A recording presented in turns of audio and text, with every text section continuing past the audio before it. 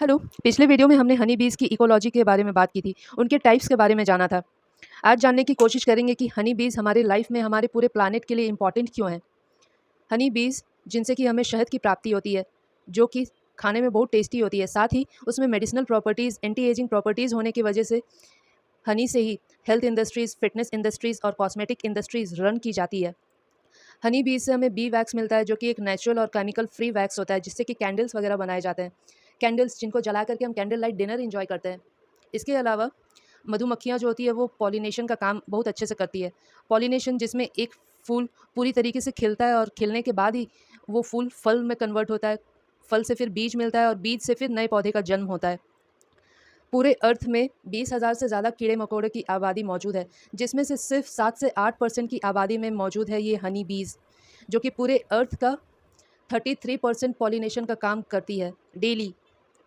इसके अलावा हम ये कह सकते हैं कि अगर हम अपने चारों ओर जो हरियाली देख पा रहे हैं, हमें जो खाने में टेस्टी हेल्दी खाना हमें मिल पा रहा है, जो वैरायटी हमें अपने प्लेट पे नज़र आती है, ये सब नतीजा है उन मधुमक्खियों द्वारा किए जाने वाले पॉलिनेशन का।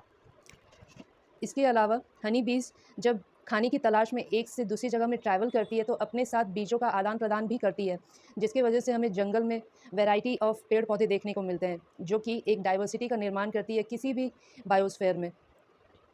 हनी बीज़ जो कि एक फूड चेन का पार्ट है, ये एक फूड चेन आगे जाके एक फूड वेब का निर्माण करती है। इस तरह से हनी बीज़ अपने एग्जिस्टेंस की वजह से एक पूरे फूड वेब में बैलेंस बनाए रखने का काम करती है।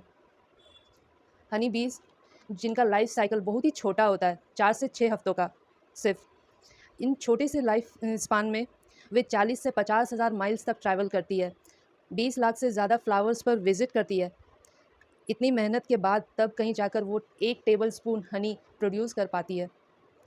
तो अगली बार जब आप कुछ टेस्टी सा जूसी सा फ्रूट खा रहे हो या फिर डिलीशियस हनी इंजॉय कर रहे हो, तो ग्रेटफुल रहिएगा उस हनी बीज़ के हार्ड वर्क के लिए, उस हनी बीज़ का।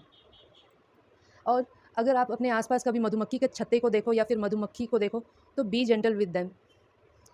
और एक सजेशन, कोशिश करें कम से कम केमिकल प्रोडक्ट्स को यूज़ करने का, कम से कम पॉल्यूशन जनरेट करने का, सो दैट हमारे आसपास हरियाली बनी रहे और इस हरियाली को बनाए रखने में हम थोड़ी सी ही सही लेकिन इन हनी बीज़ की हेल्प कर पाएँ। बाय द वे, आपको कभी किसी मधुमक्खी ने काटा है? कमेंट्स करके मुझे ज़रूर बताना, और इसके बारे में बात करूँगी नेक्स्ट पार्ट में। Till then, for more such videos subscribe to my channel. Thank you.